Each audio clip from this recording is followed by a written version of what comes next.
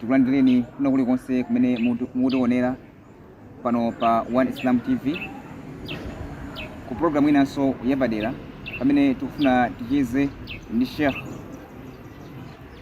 amene atifotokozere zokhuzana ndi 10 days yosirizira ya mwezi uno wa Ramadhwaan.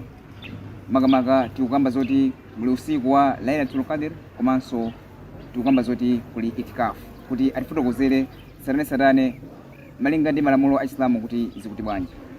Ndiye programu ya lero mline ali Majid Yasin tikhale limodzi. Sheikh, tikulandireni programu ineyi mwina choyamba tikudziweni kuti ndinu ndani kwenikweni. Jazakumullah khairan. Ine ndi Hamdan Banda ndipo ndi makala muzombamo. Tikukamba za 10 days yosirizira ya mwezi wa Ramadhwaan. Naam. Kuli usiku uja umene machidwa Lailatul Qadr. Kodi Lailatul Qadr ndi chani? Tikamakamba zokhudza Lailatul Qadri tikukamba za usiku faliwira kuti lailatu ndikuti likutanthauza usiku. Al-Qadri ndikuti ndi usiku umene Allah amakhala kuti akukhazikitsa zimene amakhazikitsa mu usiku umenewo. Netikabwera mukufotokoza kwa ophunzira akuluakulu a Chisilamu akutifotokozera kuti Allah subhanahu wa ta'ala amakhazikitsa zimene zitachitike kwa chaka chimene chocho, yani kuti kuchoka pa usiku umene kukafikiranso usiku wina wa Lailatul Qadri ndi pamene amakhala kuti angelo amene akukakhazikitsa zinthu zimene Allah wauza kuti akhazikitse. Ndiye wanchedwa kuti ndi usiku umene uli wokhazikitsa makadir, wokhazikitsa zinthu zimene zili zoyeneka kuti zichitike mu chaka chimene chikubwerachi. Sono usiku umene Sheikh tingauziwe bwanji kamina uli ndi phindu lanji usiku umene choyamba tikabwera mu Chisilamu timanena kuti china chilichonse chimachitika potengera ndi mmene mtumiki wa Allah sallallahu alaihi wasallam adaphunzitsira. Ndiye tiona kuti mu chiphunzitso cha mtumiki sallallahu alaihi wasallama adafotokoza kuti iyeyo adayiwalitsidwa zokhudza tsiku limene chifukwa kumayambiriro adaonetsedwa kuti inni uritu hadhihi laila, nditudi ndaonetsedwa za usiku umenewu koma thumma unsituha, ndinayiwalitsidwa kuti kodi deti lake kwenikweni ndilitiro. Ndiye popereka malangizo ananena kuti faltamisuha fil ashril awakhir, usakesakeni usikuwo mu masiku 10 omalizira a mwezi wa Ramadhani, ndipo waltamisuha fi kulli witri, musakesake mu masiku amene simungawagawire ndi 2. Kusengeza kuti tikaona masiku 10 omalizira kuyambira 21 mpaka na kufikira pa 30 kapena pa 29, ndiye kuti masiku ake ndi 21, 23, 25, 27 ndi 29. Ndiye kuti sitingapange pa 22, Ayi. pa 24, Ayi. 26. Zimenezo sizingateke chifukwa tikapanga choncho ndiye kuti tifunsa kuti tikupanga zimenezo umboni tautenga kuti. Naam. Chabwino. Mwinatu usiku umene ubwino wake ndi utani? Usiku umenewu ubwino wake ndi ochuluka kwambiri. Tikabwera mukuyankhula kwake Allah subhanahu wa ta'ala akunena kuti Lailatul Qadri khairun min alfi shahri, usiku umenewu ndi wamphamvu kwambiri kuposa miyezi 1000 imene munthu angakhale kuti akupanga ibada imene amapanga masiku ena alonsewo. Koma usiku umenewu wa Al-Qadri umakhala wa ubwino kwambiri kuposa miyezi imene tingayikhazikitse tikupanga ibada yokwanira 1000. Ndithu ndiye kuti munthu amene angakumane ndi usiku umenewo amakhala kuti wakumana ndi malipiro ochuluka kwambiri. Kungokumana nawo usiku umodzi basi miyezi 1000. ndiye kuti pamene popo akhala ngati kuti wakhala kumupembedza Allah kwa miyezi yochuluka mpaka na 1000. Ndithu. Ndino Sheikh, mu usiku umenewo ndiye tikuyenera tizipanga ziyani? Zoyeneka kuchita malingana ndi mmene mtumiki akufotokozera kuti faltamisuha, tusakesake usiku mu masiku 10 omalizirawa, ndiye kuti munthu akuyeneka kuti achite i'tikafu. Chifukwa i'tikafu ndiye kuti ndi ntchito imene mtumiki adayipatula yoti munthu akhale pofuna kusakasaka usiku. Ndiye ngakhale ena mugulama ulama amanena kuti palibe vuto munthu kumangodzuka mausiku awawa kuyambira pa 21, 23, 25 mpaka nafikira pa 29 masiku olumpha awitiriwa, palibe vuto kuti adzingodzuka usiku ndikupemphera kandi qiyamul layli ndikumpempha Allah zimene akufuna. Tikati qiyamul layli tikukamba za tahajjud, palibe vuto kutero. Koma ntchito imene ili yabwino kwambiri afdal imene ili yopambana kwambiri ndiyoti munthu akakhazikike mu mzikiti kuyambira pa zuwa lisanalowe kuti tikufuna kulowa mu usiku wa 21 ndiyoti akakhazikike mu mzikiti kuyambira nthawi imeneyi mpaka na kufikira chani kufikira pamene mwezi waoneka ndikuti iyeyu adzikhala mu mzikitimo kugona adzuka nthawi yake awerenga Qur'ani kapanga madhikri kandi kuswali kumene ije ni tahajudu zimene azipanga mu usiku wina uliwonse umene mtumiki akutchula ucha. Ndiyeno timaona tu anthu ena mu usiku umene amakhala akulalikirana ena amango mzikiti wina tipezamo kuti ena akungowerenga Qur'ani koma zolalikirazi sakupanga nawo kuti pali pazolondola ndi ziti zimalingana malamulo a Islam. Amene akulondola ndi awo amene mwapeza kuti aliyense payekha akupanga ibada imene akukwanitsa. Kaya kuwerenga Qur'ani kaya wakhala akupanga madhikiri amene akulondola. Ndikuti ena wayayi. Ena asakulondola chifukwa chani? Sitikupeza umboni umene ukutilozera kuti pa nthawi yomwe anthu tapita kukapanga itikafu ndikuti kumeneko kukhale mashehe adzilalikira. Tikaona muchitidwa mtumiki amakhala ndi tenti muzikitimo yake ndikulowa mmenemo ndikumapanga maibada. Senza kuti akanakhala oti oyamba kulalikirana anakhala mtumiki yoni maswahaba ake. Senza kuona kuti sitikuyenera kuti tizilalikirana. Sitikuyenera kumalalikirana. Aliyense akafika kumzikitiko adzipanga zake pakana kufikira nthawi imene akuona kuti apa ndatopa ndigone kenako adzukanso kupemphera tahajudu choncho pakana kufikira chani nthawi ya fajiri. Ndiyeno tu mizikiti ina timaona anthu onse anthu ena akulali akuchezera usiku wonse ena amangogona mwina pakati pa usiku aja ndikuzuka ndikuyamba kupanga maswali kuti pamene papa Islam. Tikabweranso kuti munthu achezere usiku wonse sizili mu chiphunzitso cha Chisilamu. Chifukwa pali hadithi imene mtumiki wa Allah sallallahu alayhi wasallam adawaletsa maswahaba atatu amene adawaletsa kuti amalumba malire muzichitochito zawo. Woyamba amanena kuti ine sindidzadyanso ndizingosala masana. Wachiwiri anena kuti ineyo sindidzakwatira chifukwa kukwatira kuzinisokoneza maibada ndikhala osakwatira basi. Wina ananena kuti ine usiku sindidzagonanso pa bedi ndizingokhala ndikupemphera mpaka na mamawa. Mtumiki nazo iyayi agone munthu nthawi ina ya usiku ndi adzuke nthawi ina ya usiku kutani kumapanga za ibada. Senza tisizili mu chiphunzitso cha Chisilamu choti munthu usiku wonse azipanga ibada. Ndi awo amene apezeka zoti akupanga usiku wonse ibada amene ndeti sakutsatira chiphunzitso cha ndani cha mtumiki. Zimene senza kuona kuti tizigona kaye kenako nazuka nkudzuka ibada. Chifukwa umakhala munthu ndi mphamvu umadziwa zimene ukunena ndipo umampembedza di Allah mwachiona chifukwa ukakhala tu watopa mangopanga zoti umalize basi. Ndiyeno tu ena timaona akupereka ndithu mayina anthu akalekale kumanena kuti usiku umenewu kumabwera mizimu kuti zimene zoona kuti usiku alali anthu kandi kumabwera mizimu ya anthu amene anatisiya makolo. Ayi izozo sizona chifukwa amatanthauzira molakwika. Tikabwera mawu amene wawa tiwapeza mu sura imene ili yodziwika kwambiri imene sura al-Qadr. Yomwe Allah chakumapeto kaonera kuti tanazzalul malaikati waruhu amatsika angelo pamodzi ndi aruhu. Nde liwula kuti aruhu limatanthauza mzimu. Mzimu wa munthu ina aliyense umachedwa kuti aruhu.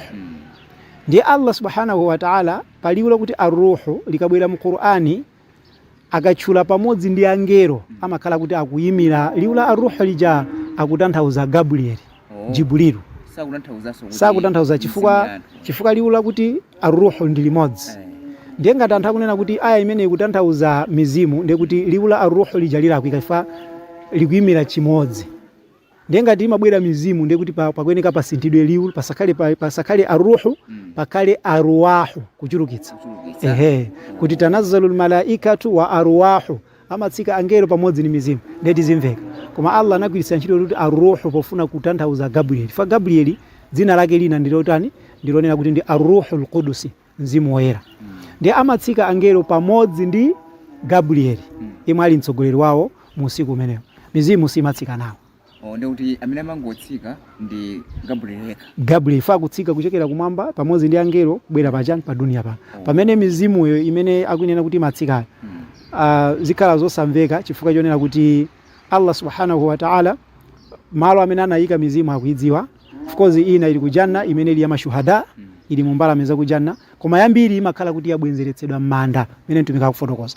ndiye manda singatsikemo mizimu kuti kutsika nanga simanda ni pasi ndiye itsika bwanji pasi pamene so sizimakhala zomveka bwino amene amangotanthauzira pofuna kuti zijama chita zija zitani zigwirizane.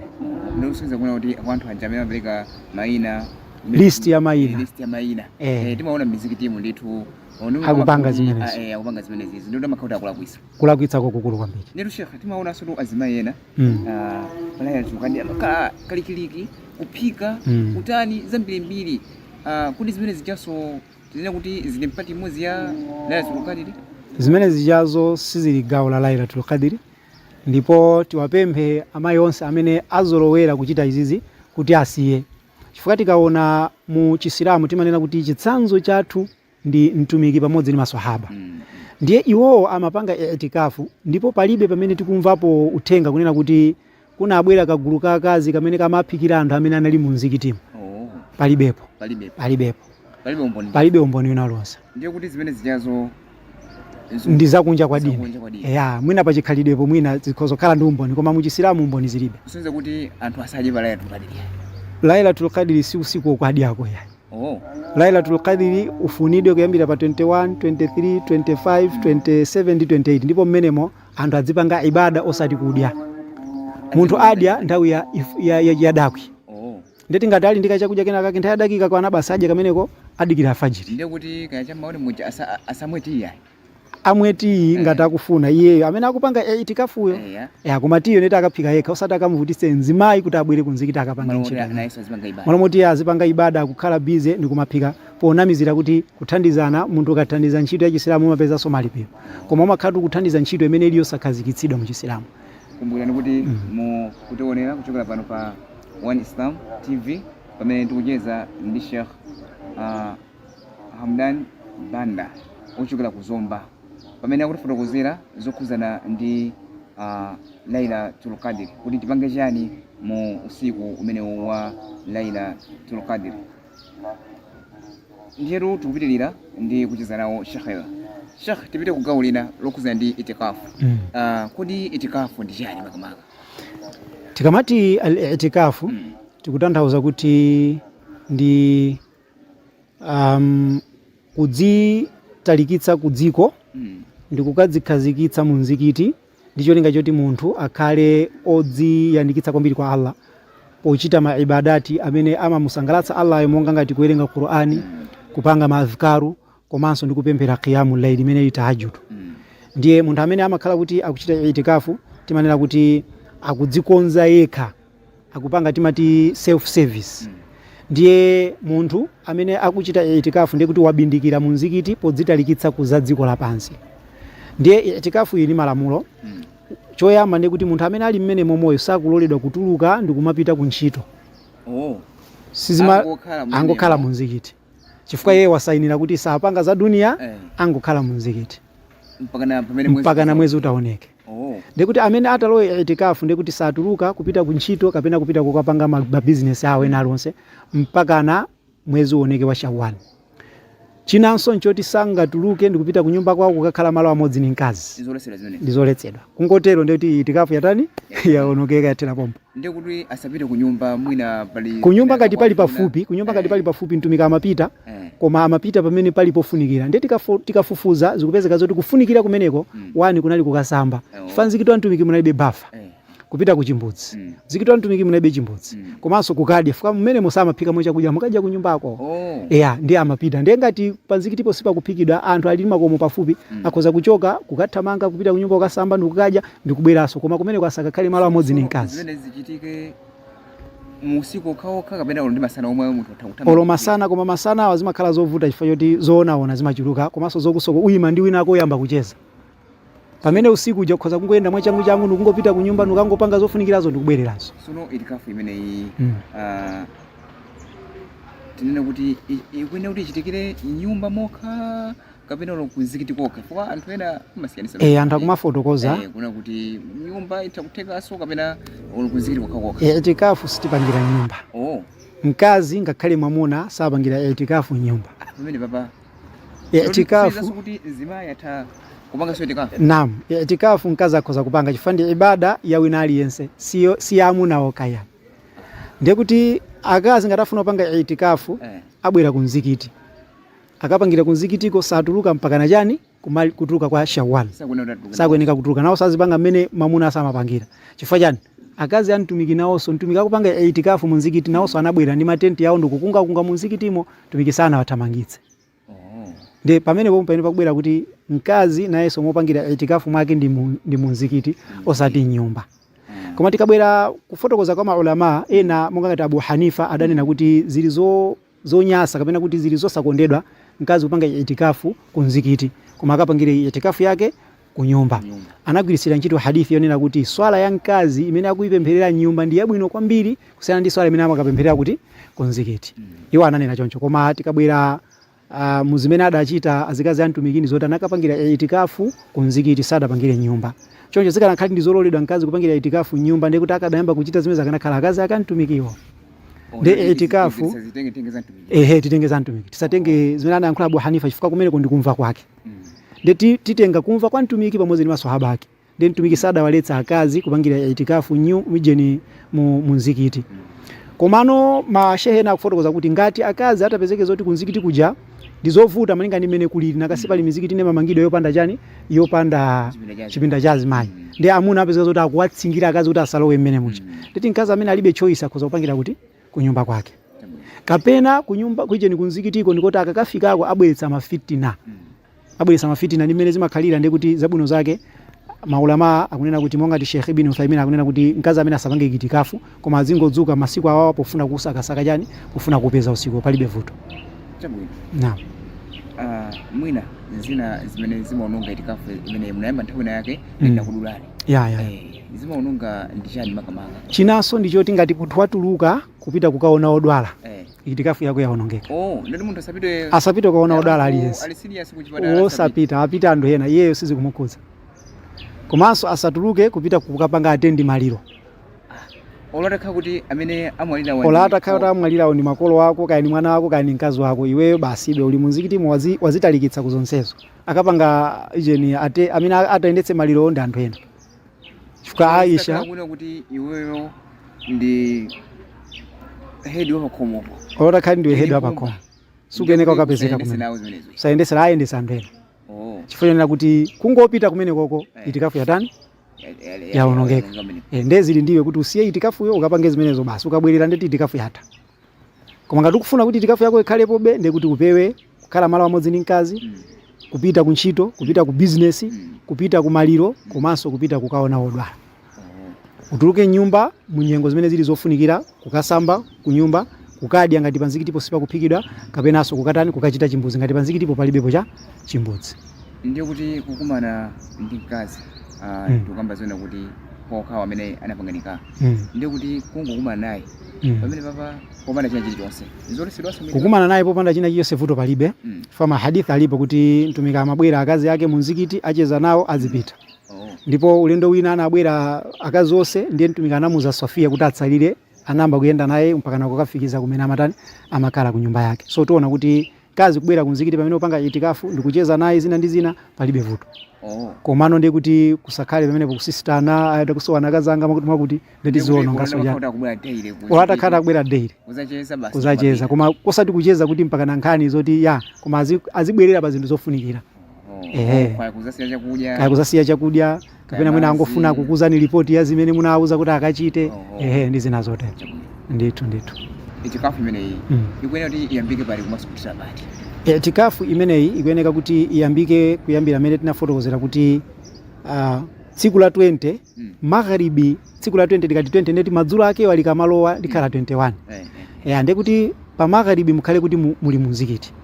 Kuti dzuwa likamakulowerani mukhale kuti lakulowerani muli munzikiti. Ndiye kuti munthu utafika paisha tilekeze choncho. Yes. Ndikuyamba itikafu yake pamene pozala kuika chifukwa sana tsate chiphunzitso cha mtumiki. Maulama akunena kuti itikafu yake ndi yabwinobe koma ndi zinthu zimene zili zosakondedwa. Mpana atafika mpana cha kummawa kana kuti cha kufajiri ndikuyamba pa fajiri yapa 21 ndiye kuti pamene wadutsana ndi tsiku limodzi ndiye kuti itikafu yake sana pange 10 days. Fa mu 10 days imo muli ndi mausiku omwe. Kuwerengeranso ndi mausiku omwe. Ndiye kuti wapanga pena pake jeni mistake waponya ndiye kuti ngatafuna kuti aliyambe bwinobwino ndeta ayambire magharibi kamalowa izimulowera ali munzikiti fayani makalibi ndi makalibi ndeti tsiku lakwana makalibiyo ndi makalibi ndeti tsiku lakwana ndeti akwanitsa chani 10 days kapena 9 days yani nde akuene kuti asaphonye pamene papo sakuyeneka kuphonya pa makalibi yes fika kungoponya pa makalibi ndeti zikhala zolakwika ena akunena kuti pamenepo ndeti itikafu yaonongeka ena akunena kuti imakhalapo koma imakhala kuti ili ndi mavuto ngati awawa kuti munthu uyo sanatsatire chiphunzitso cha ndani cha mtumiki ndithu mwina kupitiriza pamenepo kuti nanga ikuyenera kuti ithire patira pamene athera ndi kuti ndi pamene mwezi wa Shawwali waoneka kungooneka mwezi palibe vuto kutuluka usiku omwewo komano Imam Malik afotokoza kuti ndinapeza ophunzira aku Madina chimene amachita amatuluka tsiku la Eid ndikuti amatuluka kuti akuchoka itikafu ndi tsiku limene akaswalidi akakangoswalidi nkumapita ku nyumba pamene ena amanena kuti palibe vuto olo usiku umene mwaona mwezi wa Shawwali inu kungotuluka usikuwo ndi kumapita ku nyumba vuto so palibe fachani itikafu yatha mwezi wa Ramadhwani so watani watha eto ndiye kuti munthu olo unatuluka kummawa kuti mwezi waoneka kale kummawa fajiri kuja ndi kumapita ku nyumba kumakonzeka kupanga zaidi lero zabwino bwinonso palibe so vuto linali lonse naam chabwino ndiye munthu amene ali mu itikafu akuyenera kuti posakasaka usiku umene wa Lailatul Qadr akuyenera kuti azitsatanso mausiku aja apa awitiri aja 21 20 ndiye kuti iyeyu chimene chitachitika kakakhala kuti ali mu itikafu moja adzikachulukitsa kwambiri ibada mu mausiku awitiriwa koma mausiku enawo amene sali awitiriwa palibe vuto osachulukitsa ibada ka even kugonaso kumene usiku wonse palibe vuto koma awawawa amene ali awitiriwa ndi amene adzikhala active kwambiri kudzuka basi kuswali qiyamul layli mene anga maraka amene amuphwekerawo basi akatero aja dakwi kena kudikira fajiri ndikuti zimene zili zabwino kwambiri koma ena amapezeka zoti ijeni mausiku wonse akupanga mene zonso vuto palibe vuto so palibe ndithu apaso tu malingana nthawi pakhalenso tu pantsiriziro pa program imeneyi komano tisanamalize mwina Sheikh ali ndi mawu omaliza mwina tafunse kuti Sheikh mwina mawu otsiriza mu kucheza kwathu akhale otani mawu anga otsiriza ndionena kuti tikamayiona itikafu timanena kuti ndi pachimake pa kusala ndipo ngati munthu afuna kuti adzikonze kwambiri ndi kupindula kwambiri ndi kusala kwake gawo lake ndi limeneli chifukwa chonena kuti muona kuti ambiri samabwera mwina kutarawe ena mwina Qur'ani sada igundeko lompangano pomwe komanso livini kupanga maadhikaru sana pange ndiye iyi nthawi ya itikafu imakhala yabwino chifukwa chani umakhala kuti iwe ukudzikonza kudzipanga improve fake mzaone kuti anthu amene amakhala akuchokera ku itikafu nthawi zambiri amakhala kuti asinthika ngatanali anthu osokonekera mzochitika basi amakhala kuti awe chifukwa chani kumene umakhala kudzikonza metanena ndi self service ndiye munthu akakhala ochokera ku service ologalimu akachokera ku service imayenda bwino pansewo ndiye kwawo amene akuona kuti akhonza kukwanitsa basi zabwino zake ndikupanga chani al-i'tikafu kwawo amene sangakwanitse mwina ifa cha ma responsibilities zochuluka basi timbemba Allah kuti afewetsere komanso mwina akhonza kumangoyesetsa kunyumba kwawoko kumangodzuka mausiku awawo oitiriwa ndikumapanga maibada osiyanasiyana kuti mwina akhonza kukumana nayo chani Lailatul Qadr mwina tu tacheza zinthu zambiri mwina anthu ena tu amene akutionera atawukhani mafunso ena kuti Sheikh pakuti paja mwangofotokoza mwapo ndi ndikufuna mundiuze motambasula bwinobwino akupeze ndi motani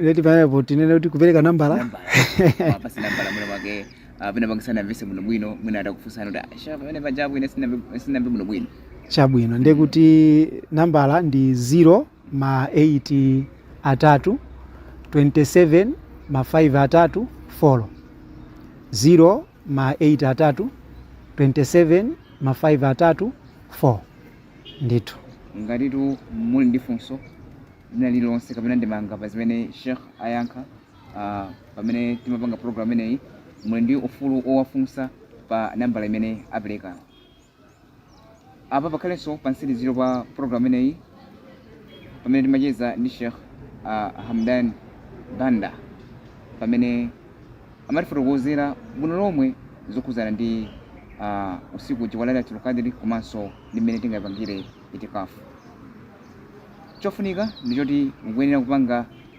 like komanso share ndipanga follow Facebook page yathu ya Islamic One Islam TV komanso kupanga subscribe channel chathu cha One Islam TV kuti zambiri zisamakuponyeni.